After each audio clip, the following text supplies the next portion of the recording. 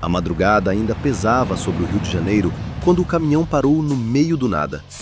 Eram 3h17 da manhã. Sargento Renato Cavalcante, 10 anos de polícia militar, 2 medalhas de bravura, cicatrizes que não apareciam em fardamento algum, desceu com outros 23 candidatos. Ninguém falou. O silêncio tinha o cheiro de terra molhada e de algo que ele ainda não sabia nomear: medo coletivo. Bem-vindos ao curso de operações especiais, disse uma voz no escuro. Metade de vocês vai embora até amanhã. Os outros vão querer ir embora também. O BOP, Batalhão de Operações Policiais Especiais. A caveira no brasão não era enfeite, era aviso. O primeiro dia começou sem café, sem briefing, sem apresentações. Começou com água gelada jogada nos rostos às 3h31, corrida de 12 quilômetros com colete de 15 quilos. Renato conhecia treino duro, mas treino duro tem fim visível. Ali, ninguém informava o fim de nada. Eles rastejaram por lama durante 40 minutos, enquanto instrutores gritavam a centímetros dos ouvidos.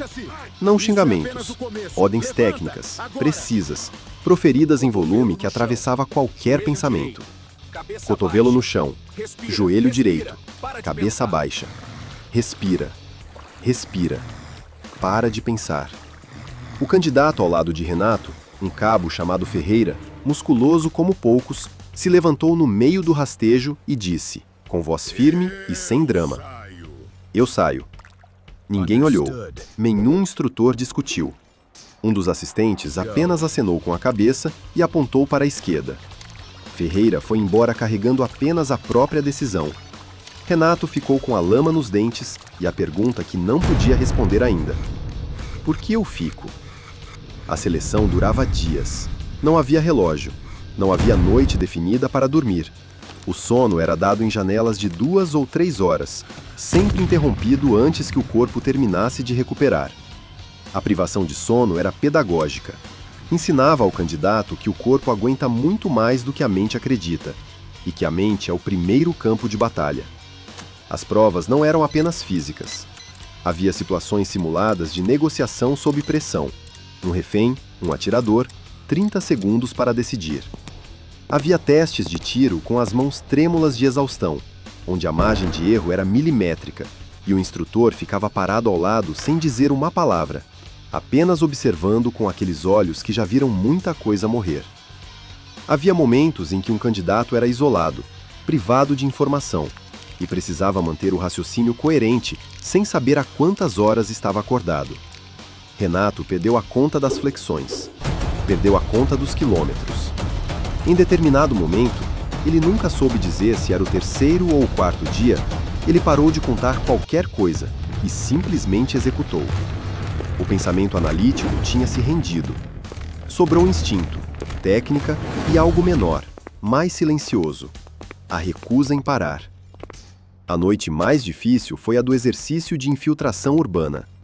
Em duplas, os candidatos precisavam se mover por uma área controlada sem serem detectados, alcançar um ponto, recolher informação e retornar. Simples na teoria. Na prática, Renato e seu parceiro, um tenente chamado Drummond, magro, calmo, com olhos de quem já leu tudo, passaram 4 horas em silêncio absoluto, comunicando-se apenas por gestos combinados antes da missão. Foram detectados a 200 metros do objetivo. Não por descuido, por um fator que não controlavam: um cachorro vadio que latiu na direção errada. O instrutor que os interceptou não disse que tinham falhado. Disse: "O que vocês fazem agora?" E essa era, Renato entendeu naquele momento, a verdadeira pergunta do BOP. Não você é forte o suficiente? Não você aguenta? Mas, quando der errado, e vai dar errado, o que você faz? Na manhã da formatura, 12 dos 24 candidatos originais ainda estavam em pé. Renato estava entre eles, com os olhos fundos, o uniforme irreconhecível de uso e uma calma que não tinha nome certo. O comandante discursou pouco. Disse apenas que o símbolo da caveira não representava a morte do inimigo, representava a morte do ego. A morte da parte do homem que precisa de conforto para funcionar. Renato olhou para o brasão que lhe colocaram no braço. Pensou em Ferreira, que tinha saído com dignidade no primeiro dia.